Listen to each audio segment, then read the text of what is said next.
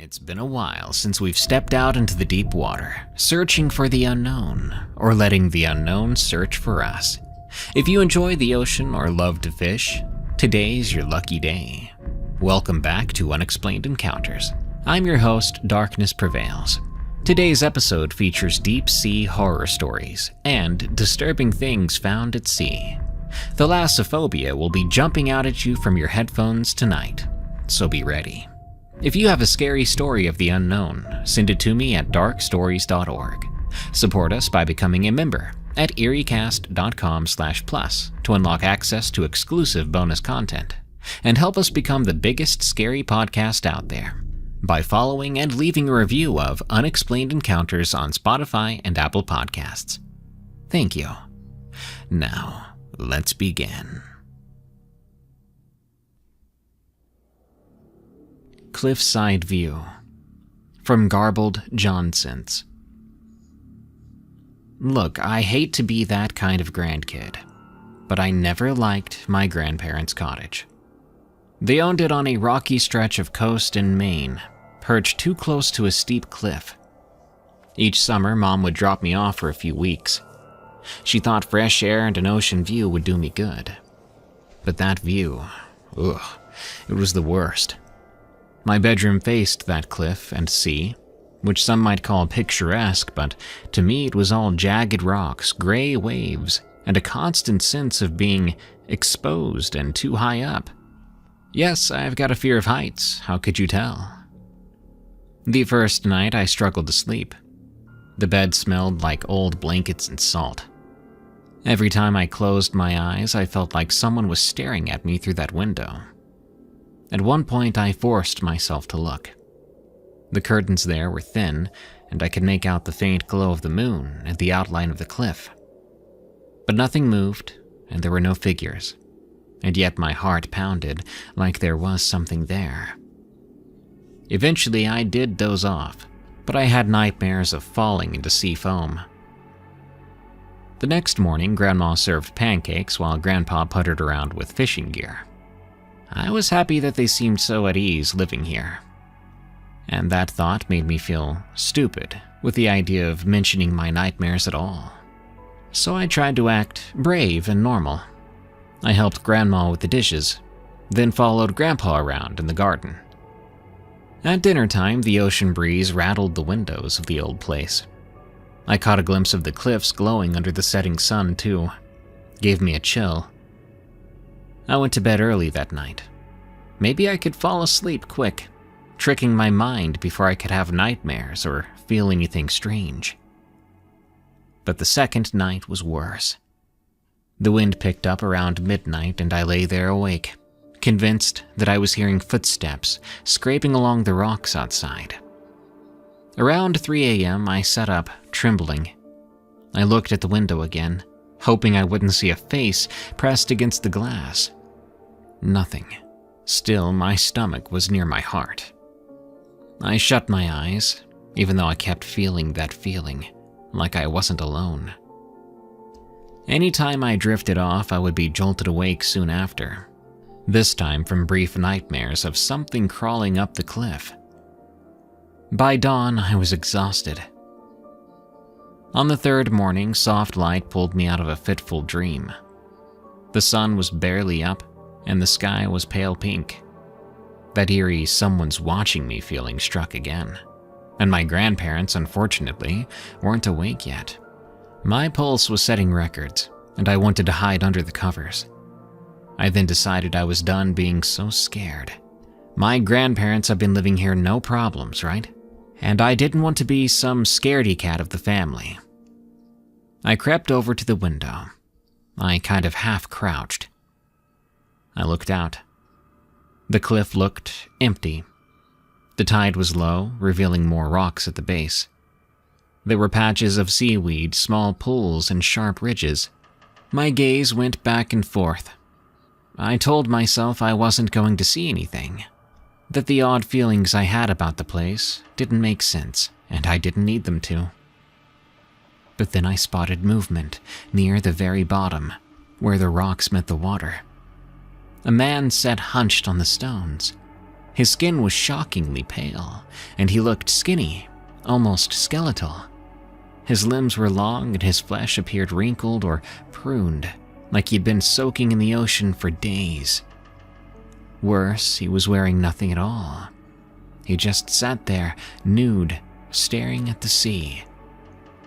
I was frozen to the spot. I couldn't make sense of what I was looking at. Was this some weird neighbor? Or something else? Who would be down there naked at sunrise? Maybe he needed some help, but fear pinned me in place. I felt like everything was going in slow motion then, especially when I saw him turn his head. And even from that distance, I saw him look right at me. I couldn't breathe for a moment. Then I swear he smiled. An unmistakable wide grin, but it didn't feel friendly. It felt wrong, like he was amused to have an audience. Before I could think even a single other thought, he dropped into the water. It wasn't a dive or a jump. He just leaned forward, vanishing beneath the waves, letting the water have him. No splashing came after, no struggle. One moment he was there and the next he was gone. My legs were shaking like there was an earthquake beneath me. I jumped away from the window. What if it was a normal man and he was hurt? I couldn't bring myself to go outside. I dashed back into bed, yanking the covers over my head, trying to breathe calmly. If I couldn't go back to sleep for another hour, I thought surely I was about to faint and sleep anyway. A few minutes later, I heard footsteps in the hallway. It was Grandpa, awake, early to make coffee. I felt so relieved. At least I wasn't alone in that silent house anymore. I tossed on some clothes and hurried to the kitchen, pretending I just woke up. Grandpa smiled and asked if I wanted oatmeal or eggs. I mumbled something and kept looking over at the cliff through the window above the sink. From there, everything looked normal, like nothing strange had happened. And to this very day, I hope beyond hope that what I saw out of that window in that little room was just a very vivid dream, a sleepwalking nightmare. But I'm here sharing this story with you because I don't think it was.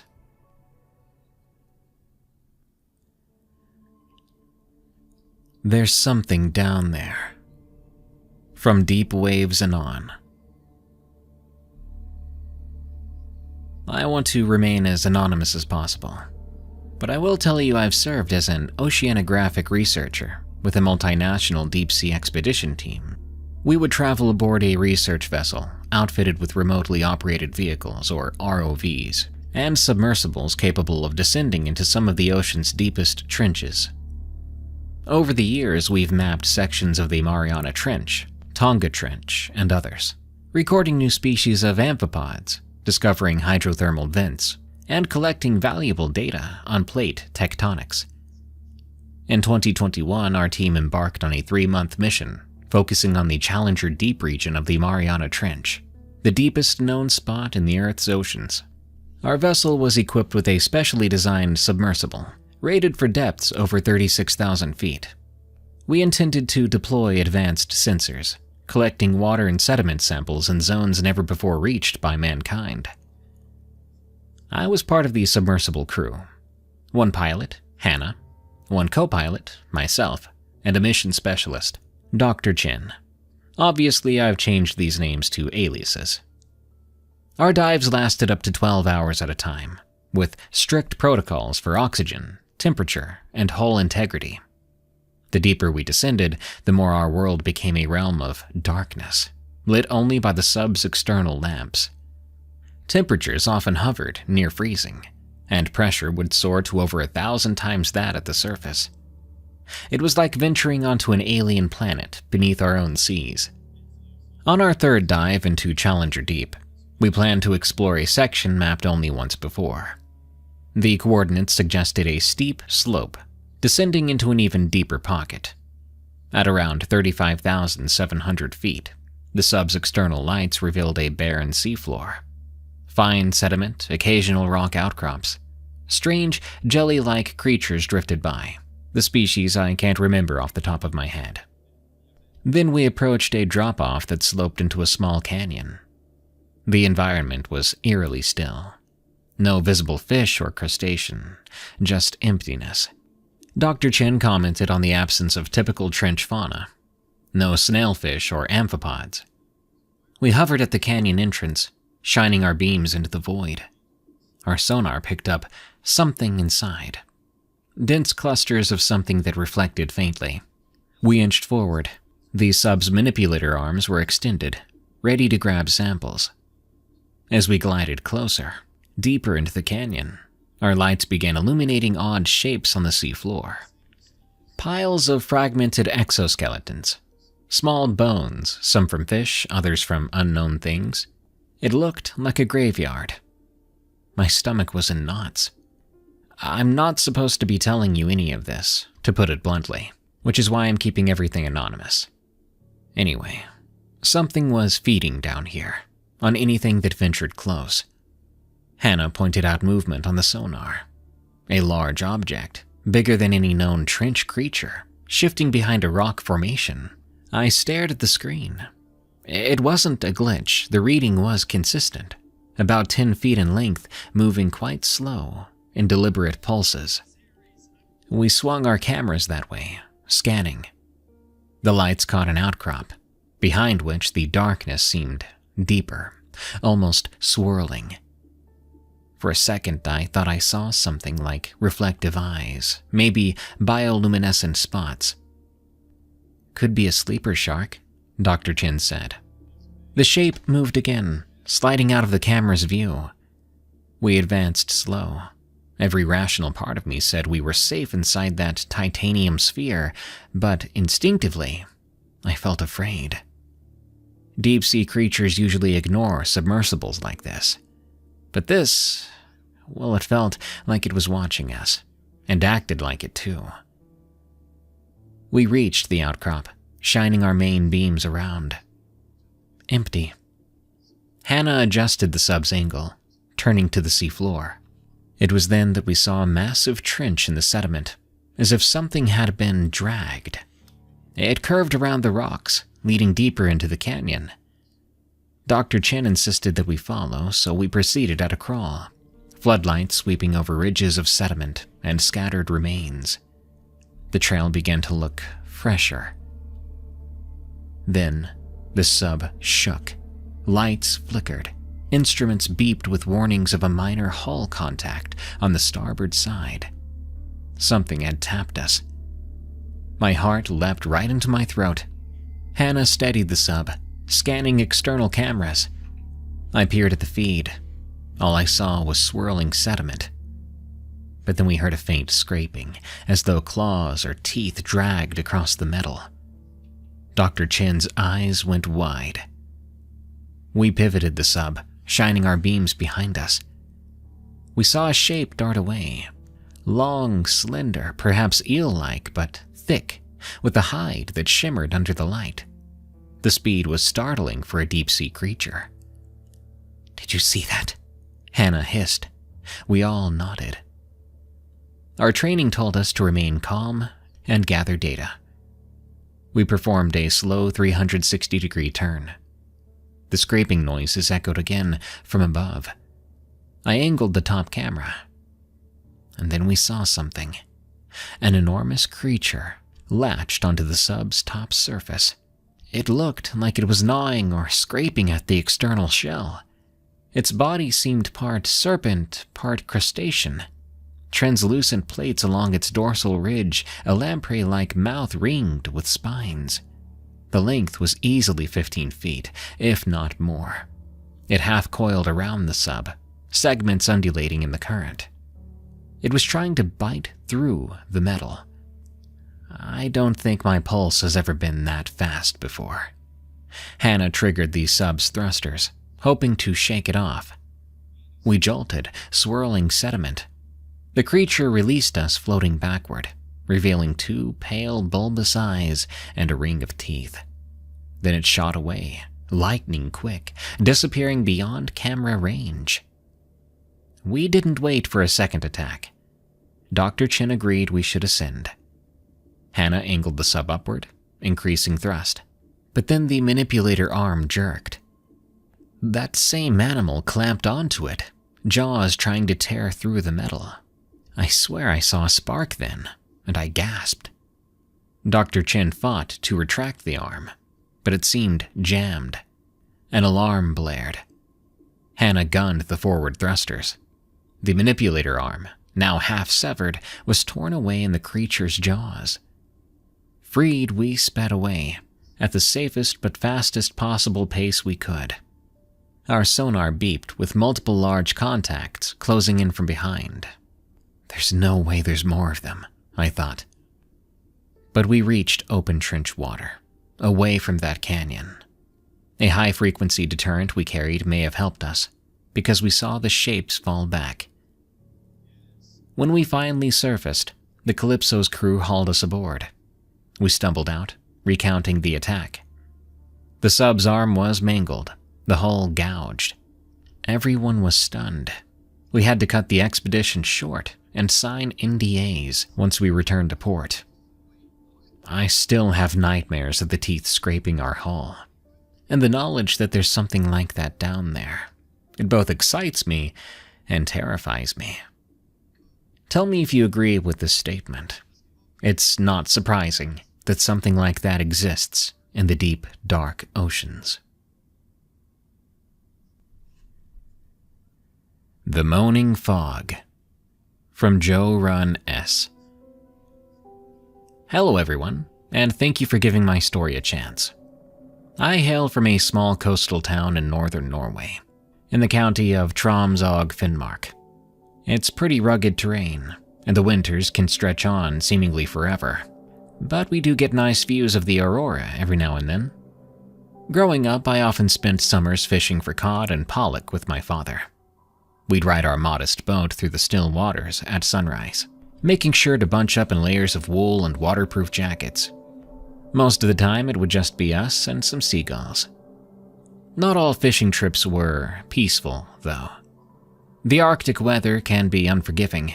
You've got to be real careful when storm clouds roll in and thick fogs appear without warning. One August, I experienced a fog unlike any other I'd seen before, or since for that matter. It wasn't a typical mist. Strangely enough, it brought this sound with it. A low moaning sound, very haunting the more I heard it. My father and I had gone out early that day. We wanted to find a good catch of cod. The morning was calm and the water was like glass, the way we like to see it. It was around 6 a.m. when we noticed thin wisps of fog forming at the mouth of the fjord. Fog was not unusual here, especially when warmer currents met colder air. We kept an eye on it though, but it seemed benign at first. Just a soft blanket rolling in. However, as the sun rose high, the fog got thicker, almost into a seemingly impenetrable wall. We lost sight of the shore, and that worried us. My father was an experienced fisherman, so he navigated us using old landmarks and a well-worn compass. For a time, we drifted slowly, waiting for visibility to improve. But then the sound came. It was faint at first. It sounded like a distant wail carried by the still air. I thought it was the wind going through the fjords weird. Wind can sound strange in the right terrain, but the more I listened to it, the more it seemed more like a voice, long and drawn out, moaning in patterns or rhythm.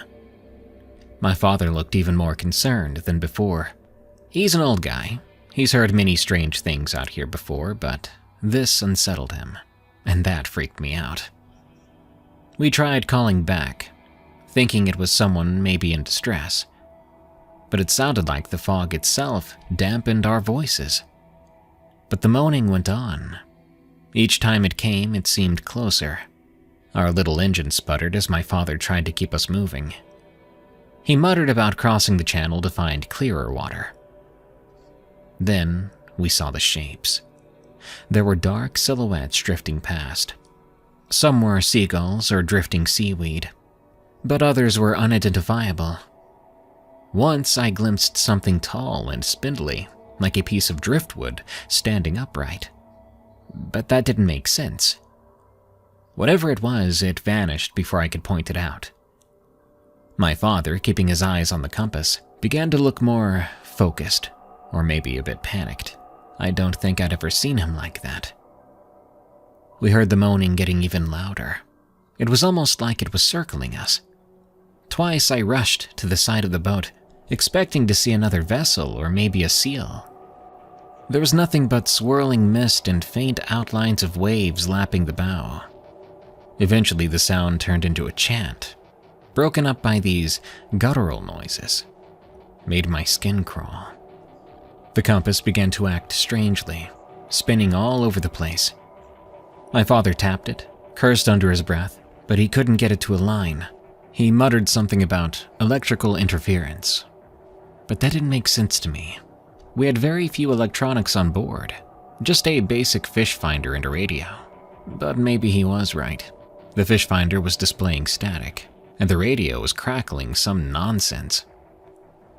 That was when we nearly ran aground, or that's what we thought happened at first.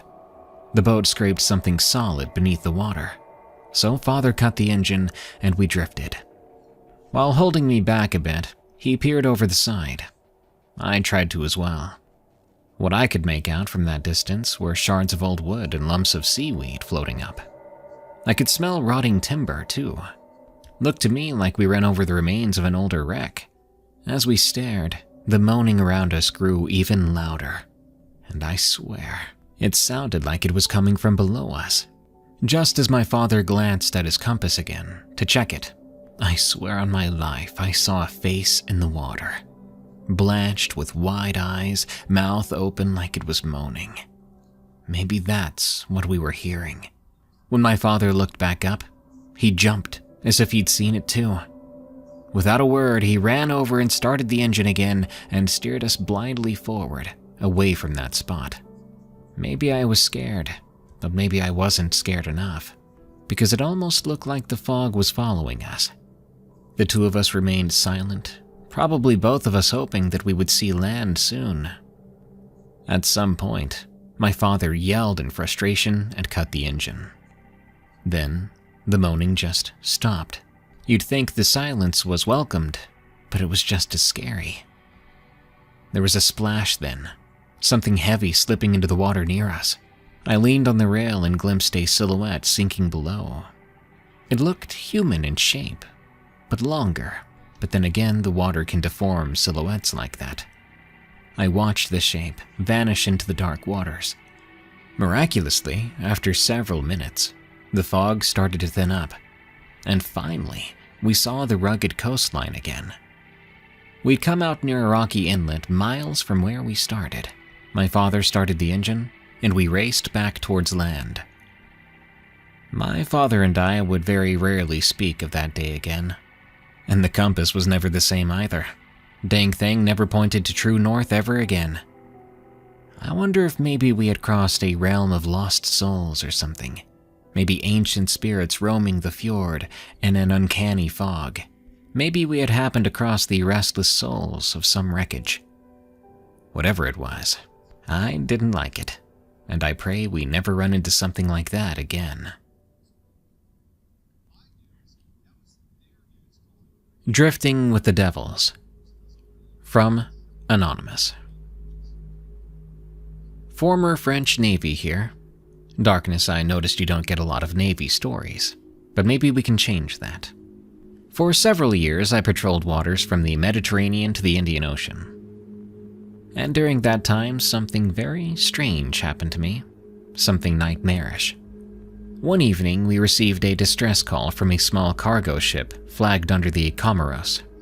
We couldn't understand the details, but we set out nonetheless. By the time we had arrived, night had fallen. All we saw were silhouettes of waves under a moonlit sky. Our radar didn't show anything weird. We were about to call off the search when a lookout spotted debris in the water. Smashed crates and empty barrels, even twisted metal. We didn't find the distressed ship, and would later learn they were able to safely dock somewhere, though suffered some damage that we still didn't get an explanation for. However, we stayed in those waters for a few days. This was still during the time we thought the ship was in trouble, or perhaps even sank. On night watch, we picked up faint lights on radar, then lost them. We went out on deck to investigate. I was with the crew looking with spotlights, and I'll never forget what they revealed. There were these scaly shapes swirling just beneath the surface in the water. Some of them came close enough to the surface that I could make out details. Human-like skulls, but mouths full of needle-like teeth. Either the most bizarre and terrifying fish we'd ever seen, or something else entirely. Worse yet, some of them began to scratch at the hull. They couldn't do any damage to us, but the sound was nauseating and horrific. A couple of the guys on the crew, apparently given permission, fired at the things in the water, which quickly retreated and disappeared. We would actually patrol that sector for about a month, but we never did see those things again. And we did wonder that maybe the ship we were trying to find, what with its weaker hull and likely cheaper build, might have been damaged by these things and panicked. This is something I wanted to share, something I'm never gonna forget.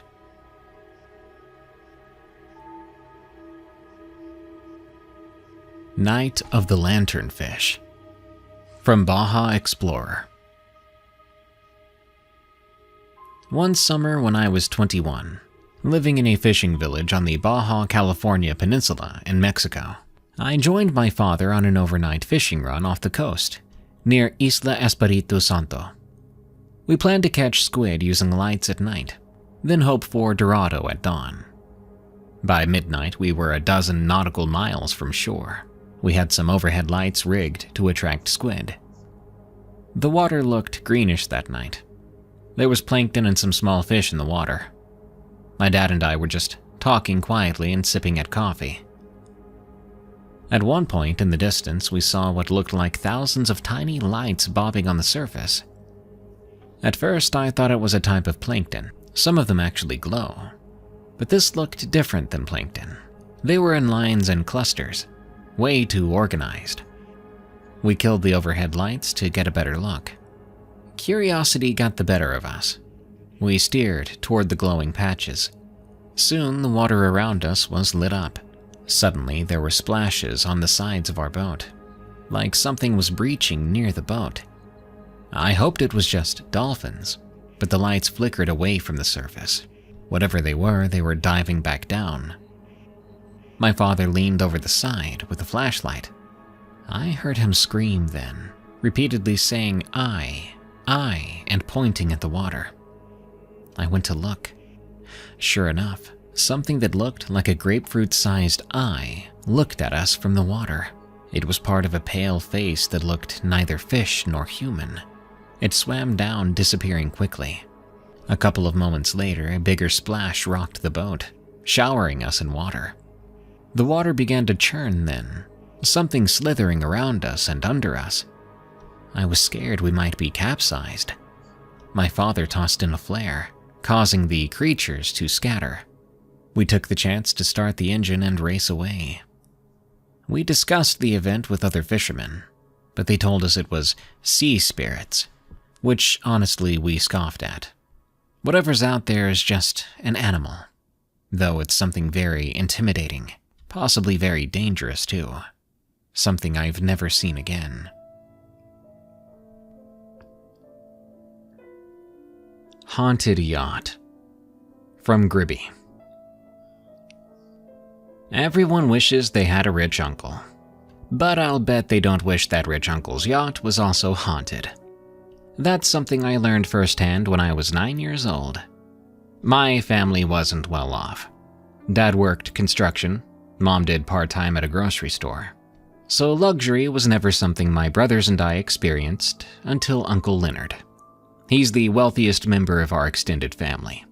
Uncle Leonard invited us to spend certain weekends on his yacht. At first, we thought it was some kind of fairy tale. A sprawling boat with polished wood decks and plush cabins. But those weekends would become seared into my memory for other reasons. When he visited and first asked if Peter, Gus, and I, those are my two brothers, could spend weekends on his yacht, my parents were surprised. He said it would be educational, as if riding around on a floating mansion could teach us some life lessons. Dad was reluctant at first, but Leonard insisted. He would even do the pickup and drop-off. Mom eventually said it could be fun. She was excited for us, but I think she also felt we might get a glimpse into a world that could inspire us to aim higher. The first time we stepped onto that yacht, I could hardly believe such a thing existed. The railings were so glossy, and the deck was almost perfectly scrubbed. Each interior cabin looked like a room in a 5-star hotel, complete with satin bedspreads, flat-screen TVs, and little vases of fresh flowers on end tables. I was awestruck and a little nervous. I almost felt guilty with so much luxury around me. Not sure why or what it means, but that's just how I felt. I don't think my oldest brother, Peter, and my other brother, Gus, who was a year younger than Peter, cared the same way I did. They went about racing around exploring the place. Eventually, I joined them. We spent that whole first day just looking over every nook and cranny. Uncle Leonard showed us the bridge, where a professional captain sometimes guided the yacht, though Uncle Leonard proudly said that he was also licensed to pilot it himself. He showed us the galley, the living area, which he called the saloon, and our private sleeping quarters. Our room was at the stern, with 3 single beds lined against the walls and a single porthole to let in natural light. Uncle Leonard's own suite was down the corridor, behind a locked door he jokingly referred to as the command center. From our room, we could hear the onboard generator and the gentle slosh of water. Everything was mesmerizing. That night, the wind picked up and the boat began to sway. Nothing too dramatic, but definitely enough to make me remember that I was not used to this kind of thing. We were on our beds, lights off. I couldn't sleep. I was listening to the gentle creaking of the yacht. I think within an hour or two I managed to go to sleep though. But when I woke up the next morning, Gus looked pale. He said he woke up in the middle of the night and heard someone whispering outside our cabin door. Said that it didn't sound like wind or waves. He said it was more like someone talking under their breath, pacing back and forth in the hallway. Neither Peter nor I heard anything though, but Gus was sure. Peter teased him and said it was just his imagination or a dream. But I believed Gus, didn't think he'd be tricking us like that. Aside from that incident, our first weekend ended without any major scares. Uncle Leonard treated us to a fancy dinner at the marina, then dropped us home on Sunday evening. Over the next couple of weeks, we resumed our normal lives, school, chores, and after-school activities. But we looked forward to going back eventually. Uncle Leonard did invite us back a few weeks later. I was excited, but instantly reminded about Gus's experience. We would go, and Dad reminded us to be polite, to make the most of the opportunity but be respectful. That Friday afternoon, we once again boarded his yacht. The first few hours passed quietly. Uncle Leonard was in high spirits. We ate from fruit platters and he let us watch whatever we wanted on the yacht's entertainment system. The weather was clear and bright too, a perfect weekend to be on the water. Unexpectedly though, that night a mild storm rolled in. We could see lightning on the horizon, though the yacht didn't rock too much. Peter and Gus were in the saloon scanning through channels for a spooky movie to watch. I was watching out of a porthole, absolutely taken by the flashes of light illuminating the dark sea. At one point, a bolt of lightning lit up the saloon so bright, the reflection in the glass suddenly showed a figure standing in the corridor behind us. I saw it. My heart skipped a beat and I spun around, but no one was there. I just stared at that corridor for a long moment. There was no movement, and the only sounds were the distant thunder and the subtle hum of the yacht's engine. I felt a chill, like I saw something I wasn't supposed to see. I told Peter and Gus what happened. Gus believed me right away. Peter once again tried to brush it off. He just saw Uncle Leonard walking by, or even some sort of distorted reflection. But I don't think it was either of those things. It looked more like a shadow of a figure, briefly standing there watching us. We stayed awake later than usual, dozing off in sleeping bags which we'd spread out on the saloon's plush carpet. Around midnight, the overhead lights began to flicker, which we'd kept on for ourselves. I was just beginning to drift off to sleep, but that woke me right up. The flicker lasted only a second, so when it was over, I tried to go back to sleep. But a few minutes later, the lights flickered again, much more violently than last time. And it was then that I heard footsteps.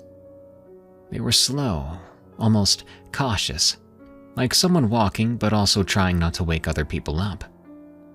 There was a tap, tap, tap. I could barely breathe. Suddenly, Gus grabbed my arm, and we stared at Peter. They were both awake, and they were both hearing it. Peter pulled out a flashlight, and together we decided to investigate. He took the lead, and we followed him down that corridor, which felt colder than the saloon, like the air conditioner had kicked into overdrive, but just right there. There was no sign of anybody. Uncle Leonard's door was shut, and we could hear him snoring in there. We tiptoed back to the saloon, feeling creeped out. Eventually, we lay back down and went to sleep. By morning, the storm had passed, and Uncle Leonard seemed blissfully unaware of anything unusual. Breakfast was served with cheerful conversation, and we felt almost foolish bringing up our concerns again. But when Dad picked us up that Sunday, Gus insisted on telling him. After hearing the story, Dad chalked it up to typical boat noises and electrical issues caused by the storm. But even after these explanations, I didn't believe it. I was starting to think that the yacht might be haunted, no matter how silly that might sound. A month went by, and Uncle Leonard arranged another visit. He would be hosting a party on his yacht at the marina, and he wanted us around to meet some important guests. I wasn't sure what that meant. We arrived on a bright morning, and the day was a whirlwind of caterers, waitstaff, and well-dressed strangers nibbling on hors d'oeuvres. For a time, the bustling yacht made it feel less creepy. People were laughing and clinking their champagne glasses. Late that evening, once the guests had gone, Uncle Leonard told us to get some rest. We would be sleeping in our old cabin at the stern. The moment I stepped into that cabin, a wave of dread washed right over me. The 3 beds were made up neatly, crisp white sheets and matching blankets. We could barely see out the small porthole because it was so dark out, and the overhead lights seemed too bright. We settled in, agreeing that something did feel strange that night, for one reason or another. An hour later, everything changed. When we were about to drift off to sleep, the lights started to dim. Not flickering this time, but steadily dim, like someone twisting a dial to lower the brightness. Peter jumped out of bed to check the switch. It didn't matter. The lamps remained unnaturally low. And, without warning, the cabin door slammed shut. Gus yelped, and I almost dropped the flashlight, which I kept by my bedside. Peter rushed to the door, but the knob wouldn't budge, as though it was locked from the outside. Or perhaps someone was holding on to it. I could hear Peter calling out for Uncle Leonard, but he didn't get a reply. Gus and I just sat there. I was shaking. My breathing got all ragged. That was when the temperature plummeted. One moment, the cabin was warm, and the next, I swear it felt like an icebox. It was so cold, I began to chatter my teeth. When I looked down, I could see my own breath, too. By the now faint light, I noticed something else. The blankets on our beds had been pulled partway down, though none of us had done that. Then, abruptly, the overhead lights blazed back to full strength, hurting our eyes. Peter tried the door again, and it opened easily now. It made no sense. We ran out into the corridor. The hallway was dark, but there was a single emergency light at the end, just a subtle yellow glow. There was a nasty smell in the air, rancid and metallic. We walked along the hallway. We weren't sure if we should go get Uncle Leonard or just escape to the saloon. Before we could decide, we heard a sound that made my stomach drop. A gentle lullaby-like humming sound drifting from the far end of the corridor. It was soft. You could even call it sweet, yet it carried this sorrow with it. I recall the hairs on my arms standing straight up. I then saw some movement in the dark. There was a figure swaying in time with the humming. It looked pale, almost translucent, more like fog than a solid form. Peter then pointed the flashlight. For a second, I saw a woman's face, eyes dark and mouth moving as she hummed. Then the shape dissolved, leaving only a sort of afterimage in our eyes or minds. The humming stopped abruptly too. We stood there terrified. That was all we could take. We bolted to the saloon, nearly tripping over each other. The saloon was brightly lit and empty. The area was spotless again after the party. Uncle Leonard's suite door was closed, and we didn't hear any sounds from him. We huddled together real close on the couch, not saying much. Part of me wanted to pound on his door to make him wake up, beg him to take us off the yacht for a while. But I was comfortable, finally felt safer, and didn't want to move. Eventually, the adrenaline wore off enough to get us to sleep. When we woke up, there was sunlight coming through the saloon windows.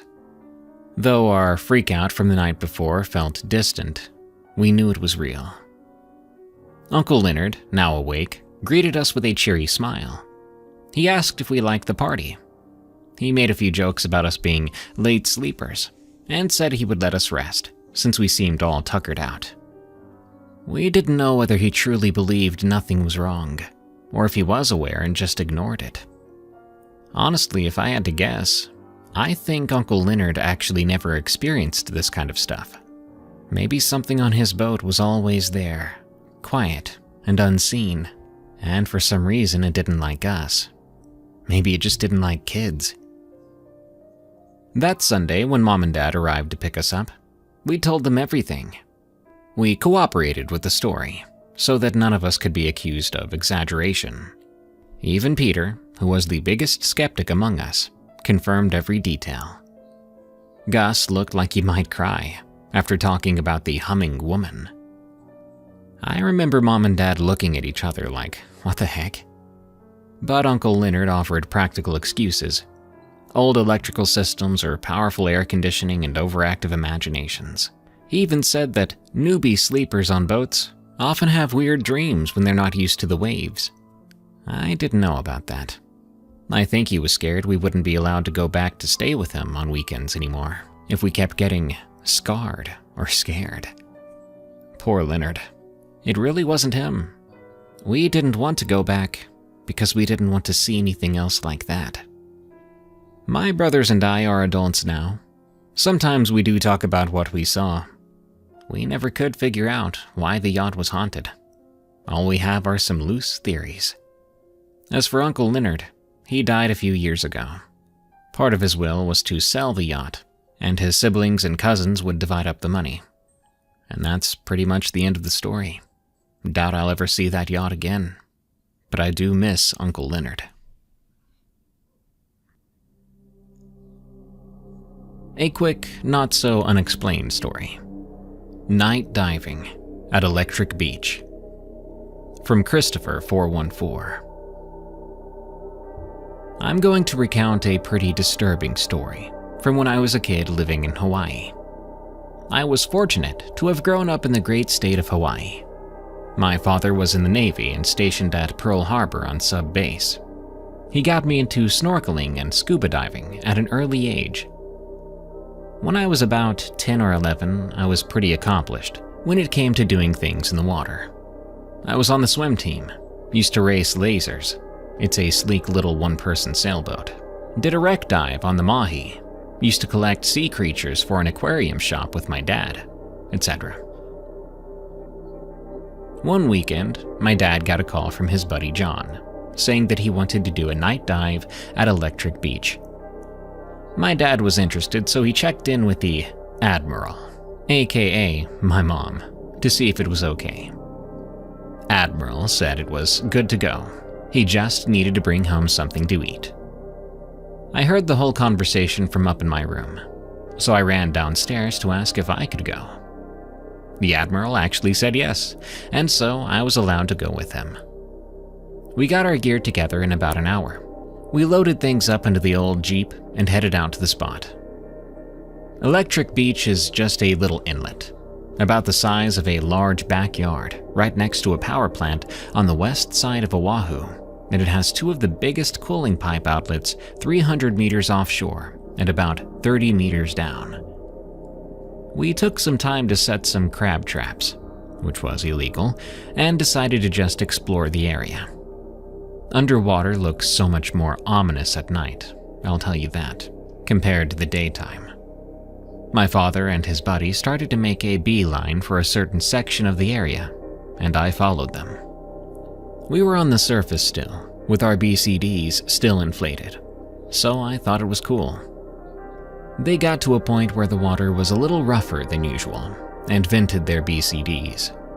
Naturally, I followed suit.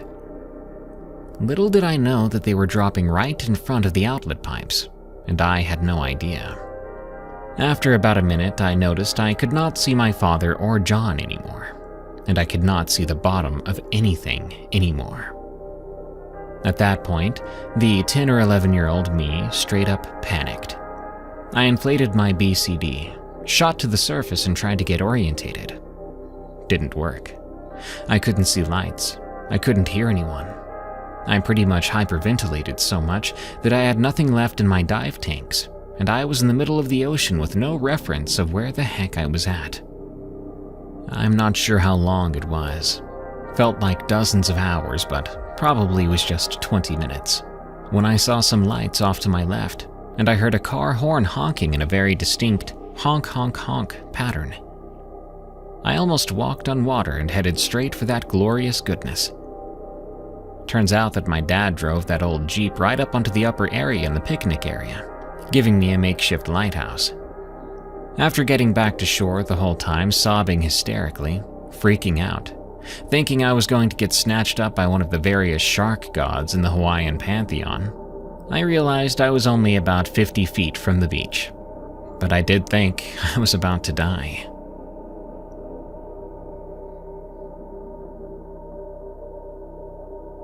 Wrinkles on the water's surface.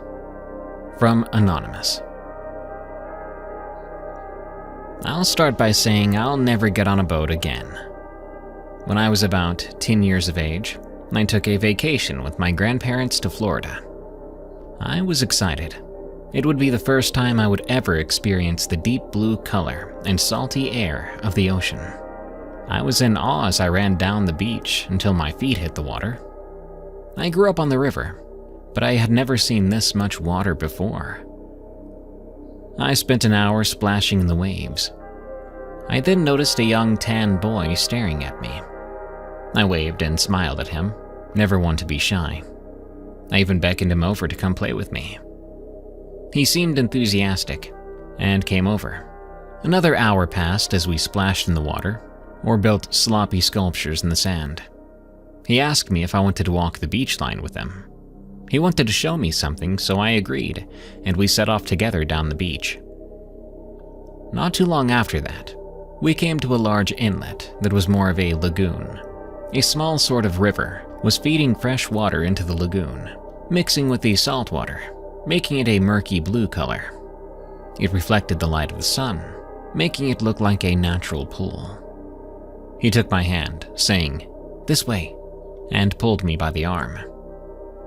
As we passed by a large rock, I noticed a strange symbol carved into it, and at the same time I noticed a boat that we were headed towards. "Where are we going?" I asked the boy. I remember what he said. "The middle." Then he stepped onto the boat.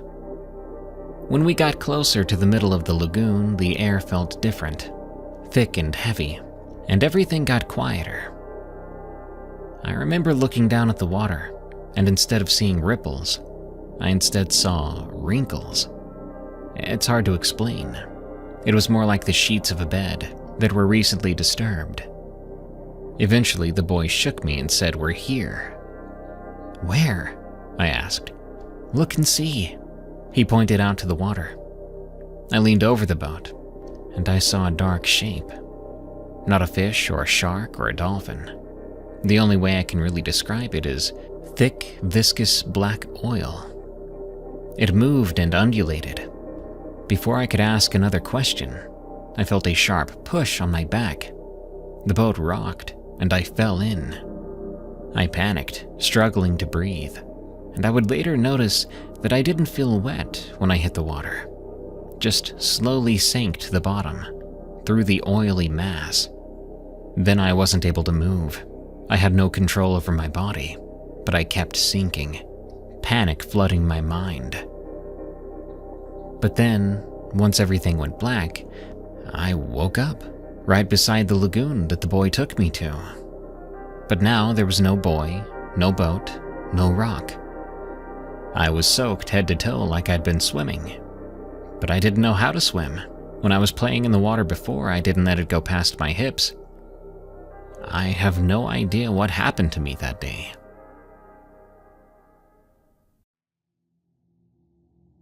The Sea Column, from Acre 90. I've been living on a 30-foot sailboat off Oahu for about a year. Some people see it as living rough, but it keeps me afloat, literally and financially. My boat's name isn't important. It's just home, a cramped cabin, a bunk, and a small propane stove. On a clear day, I can see Diamond Head in the distance. On a quiet night, the only sound is water lapping against the boat. I usually sleep well, but a few weeks ago, I had an experience I still can't explain. That night, I turned in early, around 9. I woke later feeling uneasy and checked my phone. 2:14 a.m. No storms, no boats passing nearby, just a strange vibe. I went on deck, expecting the usual star-filled sky and calm seas. Instead, I saw a giant black column on the horizon. It had to be at least 2 miles away, close enough for me to see it plainly, too far to make out details. The thing stretched from the ocean's surface beyond the cloud line, fading into darkness at the top. At first, I thought it might be a waterspout, but it wasn't rotating or swirling. It stood perfectly still. My phone camera was useless in the dark. The pictures showed only black smears. I tried adjusting settings, but none captured a real image. Meanwhile, the column seemed to shift slightly, although I couldn't tell if it was my eyes playing tricks. After a few minutes, it dropped. The top sank straight down, disappearing into the water in one smooth motion over about 10 seconds. No splash, no noise. Then the horizon was empty, as if the column had never been there. I stayed on deck until sunrise, too rattled to sleep.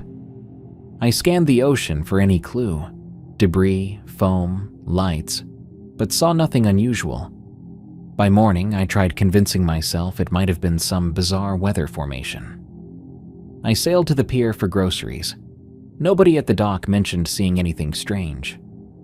A couple of days later, I moved to a calmer spot. Around noon, I spotted something floating a few hundred yards away. At first, I thought it was garbage or a log, but it turned out to be a school of small tuna, all belly up. Dozens of them, not a single bite taken. Normally, scavengers would flock to an easy meal, but the water was empty except for these dead fish. I fished one out with a net. Its body looked pristine, no signs of wounds or decay. I let them drift. That incident might have been a fluke, but it happened again a few days later, then a third time. Different fish species, all floating lifeless, none scavenged. I started mentioning these mass fish kills to anyone who would listen, local boaters, fishermen, but nobody seemed to have a clear explanation. Some shrugged, blaming pollution or temperature spikes. Others said it wasn't that uncommon, but they couldn't explain why predators weren't feeding on them. I told my friend Kekoa. He's a conspiracy type, always with theories about aliens, secret bases, suppressed documents. When I described the column and the dead fish, he explained that people think UFOs come from space, but maybe they come from underwater. That tower could have been something submerging, according to him. He launched into stories of rumored undersea craft. I'm not sure I believe in UFOs, but the column dropping straight into the ocean with no disturbance was beyond strange. Keikoa insisted that if a craft emits unknown energy, maybe it's toxic to fish. He claimed the animals sensed something wrong and avoid the remains. I didn't know what to say. Even a far-fetched theory beats no theory at all. I tried to see if anyone else had reported a similar black pillar. Nothing turned up in local news. Online, I found vague references to black rods in certain parts of the world, but they didn't mention Hawaii. A small part of me wanted to approach authorities, but who do I call? The Coast Guard? They'd probably think it was a prank or chalk it up to illusions. One night, I tried anchoring near the same spot where I'd first seen the column. The sky was clear, the moon half full. Nothing unusual appeared. I filmed the horizon for an hour. When I played it back, I saw only faint waves in the moonlight. I stayed out there a second night, scanning the darkness. Still nothing. Part of me was relieved. Another part felt weird, like I was missing a chance to understand. I've been narrating these scary stories to you guys for nearly 10 years now. Unfortunately, I've gathered a sort of immunity from scary stories, for the most part. But when a story does feel effective to me, I'll let you know. And today, that first cliffside story really did it for me. Imagine being stuck in a room, just waiting for a face in the window to appear. And when it never does, you go to look, and you see the smile down there, right before the figure jumps. Good story. I hope you enjoyed the stories today too. That brings us to the end of this episode of Unexplained Encounters. I'm your host, Darkness Prevails. Follow me on X at Dark Prevails. Support the network by becoming a member at eeriecast.com/plus to unlock exclusive access to members-only content. Send me your scary stories of the unexplained if you want me to narrate them at darkstories.org. And help us make Unexplained Encounters the biggest scary podcast out there by following and reviewing us at Spotify and Apple Podcasts. Thank you. Until next time, stay safe out there and stay creepy, because this world is a strange one.